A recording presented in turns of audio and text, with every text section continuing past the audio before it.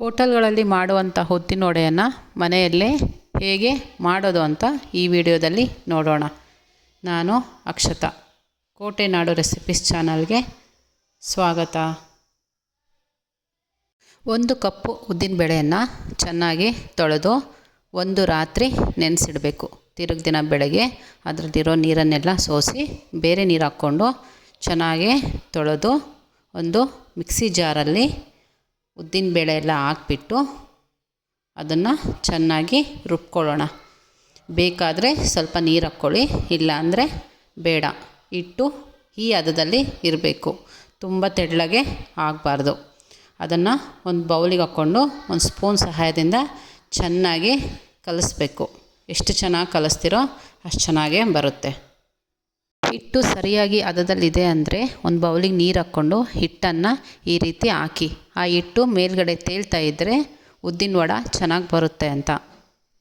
ಈಗ ಹಿಟ್ಟಿಗೆ ಕೊತ್ತಂಬರಿ ಸೊಪ್ಪು, 1 ಹಸಿಮೆಣಸಿನ್ಕಾಯಿ ಸಣ್ಣಗೆ ಹೆಚ್ಕೊಳ್ಳೋಣ, ಸ್ವಲ್ಪ ಕೊತ್ತಂಬರಿ ಸೊಪ್ಪು, ಸ್ವಲ್ಪ ಶುಂಠಿ ತುರ್ಕೊಂಡಿದ್ದೀನಿ, ಒಂದು 5 ಕಾಳುಮೆಣಸು, ಅದನ್ನು ಹಿಟ್ಟಿಗೆ ಒಂದೊಂದಾಗಿ ಹಾಕ್ಕೊಂಡು ಚೆನ್ನಾಗಿ ಕಲಿಸ್ಕೋಬೇಕು.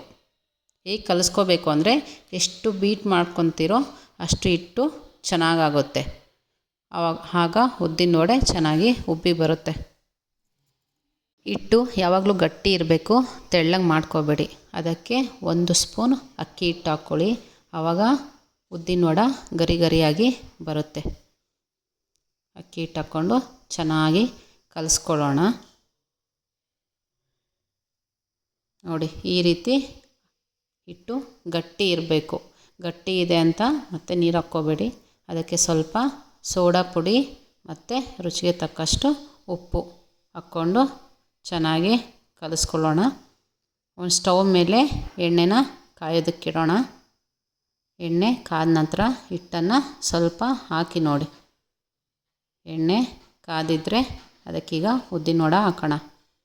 ಕೈಗೆ ಸ್ವಲ್ಪ ನೀರು ಹಚ್ಕೊಂಡು ಸ್ವಲ್ಪ ಹಿಟ್ಟನ್ನು ತಗೊಂಡು ಇವಾಗ ಉದ್ದಿನ ವಡೆ ಹಾಕೋಣ. ಫಸ್ಟ್ ಟೈಮ್ ಮಾಡ್ತಾಯಿದ್ರೆ ಸ್ವಲ್ಪ ಕಷ್ಟ ಆಗುತ್ತೆ, ಮಾಡ್ತಾ ಬರುತ್ತೆ. ನೋಡಿ ಯಾವ ರೀತಿ ಈಸಿಯಾಗಿ ಬರ್ತಾಯಿದೆ. ಯಾವಾಗಲೂ ಕೈಗೆ ನೀರು ಹಚ್ಕೊಂಡು ನಂತರ ಉದ್ದಿನ ವಡೆ ಹಾಕಿ. ಈ ರೀತಿ ಮಾಡಿ ನೋಡಿ, ಮನೆಯಲ್ಲಿ ಎಲ್ಲರೂ ಇಷ್ಟಪಟ್ಟು ತಿಂತಾರೆ. ಕ್ರಿಸ್ಪಿಯಾಗಿ ತುಂಬ ರುಚಿಯಾಗಿರುತ್ತೆ. ನೋಡಿ ಹೇಗೆ ಬಂದಿದೆ ಅಂತ.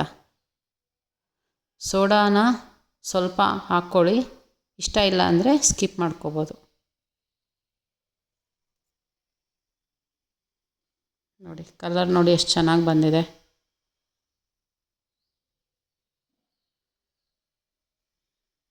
ಇಷ್ಟು ಕಲರ್ ಬಂದರೆ ಸಾಕು. ಈಗ ಉದ್ದಿನ ವಡೆ ತೆಗೆಯೋಣ. ನೋಡಿ ಯಾವ ರೀತಿ ಬಂದಿದೆ, ತುಂಬ ಚೆನ್ನಾಗಿದೆ ಅಲ್ವಾ? ನಮ್ಮ ವಿಡಿಯೋಸ್ ನಿಮಗೆ ಇಷ್ಟ ಆಗ್ತಾಯಿದ್ರೆ ಸಬ್ಸ್ಕ್ರೈಬ್ ಮಾಡ್ಕೊಳ್ಳಿ, ಲೈಕ್ ಮಾಡಿ, ನಿಮ್ಮ ಫ್ಯಾಮಿಲಿ ಜೊತೆ ಶೇರ್ ಮಾಡ್ಕೊಳ್ಳಿ. Thank you.